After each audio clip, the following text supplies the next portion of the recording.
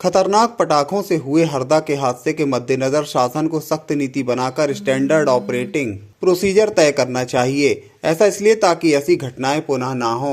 इन उद्योगों तथा आवासीय क्षेत्रों के बीच 500 से 1000 मीटर का बफर जोन होना चाहिए। एनजीटी के पास पूर्व में जमा किए गए 20 लाख रुपए हरदा हादसे के पीड़ितों पर खर्च किया जाए। इस बाबत पर्यावरण प्रदूषण नियंत्रण बोर्ड, रेवेन्यू और शहरी विकास के प्रमुख सचिवों की कमेटी खर्च की जिम्मेदारी लेगी। इन पर 3 सप्ताह के भीतर एक्शन प्लान बनाकर की गई कार्रवाई की रिपोर्ट प्रस्तुत की जाए। यह आदेश जस्टिस शिव कुमार सिंह व expert member doctor Afroz Ahmad ने डॉक्टर पीजी नाचपांडे और रजत भार्गव द्वारा नेशनल ग्रीन ट्रिब्यूनल में दायर अवमानना याचिका पर जारी किया है। याचिकाकर्ताओं के एडवोकेट प्रभास यादव ने दलील दी कि सुप्रीम कोर्ट ने खतरनाक पटाखों पर अंडरटेकिंग और टेस्टिंग के आदेश दिए थे। यदि इन आदेशों का पालन किया जाता तो आज हरदा का हादसा नहीं होता।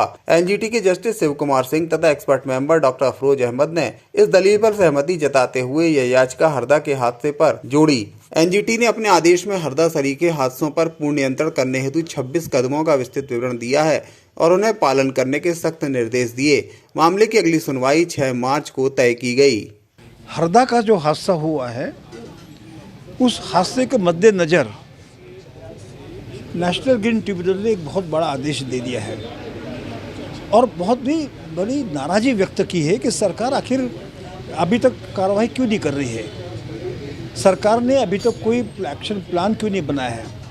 इसीलिए उन्होंने कहा है कि आप एक तत्काल नीति बनाइए और नीति बनाकर एक स्टैंडर्ड ऑपरेटिंग प्रोसीजर बनाइएगा जिससे कारण इस टाइप के हादसे न हो। उन्होंने यहाँ बोला है कि उद्योग केंद्र और रहवासी केंद्र में बफर जोन होना चाहिए और वो बफर जोन लगभग 500 मीटर से लेकर 1000 मीटर तक होना चाहिए। उन्होंने एक और आदेश दिया है कि जो 20 लाख रुपए जमा किए गए थे वो पीड़ितों को बांटे जाए। साथ में एक पूरी कार्रवाई के लिए एक्शन टेकन रिपोर्ट 3 सप्ताह के भीतर कोर्ट में जमा करने के लिए उन्होंने आदेश दे दिए। मामले की अगली सुनवाई 6 मार्च को होना है। देखिए, नेशनल ग्रीन ट्रिब्यूनल ने अपने 8 फरवरी को ये विस्तृत आदेश जारी किया कि हरदा जैसी घटनाएं जो हुई हैं, यदि एनजीटी के पूर्व आदेशों का पालन कर लिया जाता तो इस प्रकार की घटनाएं नहीं होती हैं। और अभी वर्तमान में मध्य प्रदेश शासन ने कोई भी ऐसा दिशा निर्देश या गाइडलाइन जारी नहीं किया है। इसको लेके एनजीटी ने कहा है कि तत्काल इस प्रतिबंधित फटाखों से के संबंध में एक गाइडलाइंस बनाई जाए कि इनका संग्रहण, इनका विक्रय कैसे किया जाए। रिहायशी इलाकों से 500 मीटर से लेके कम से कम 500 मीटर से लेके 1000 मीटर तक का डिस्टेंस होना चाहिए ताकि रिहायशी इलाकों से इसकी दूरी रहे।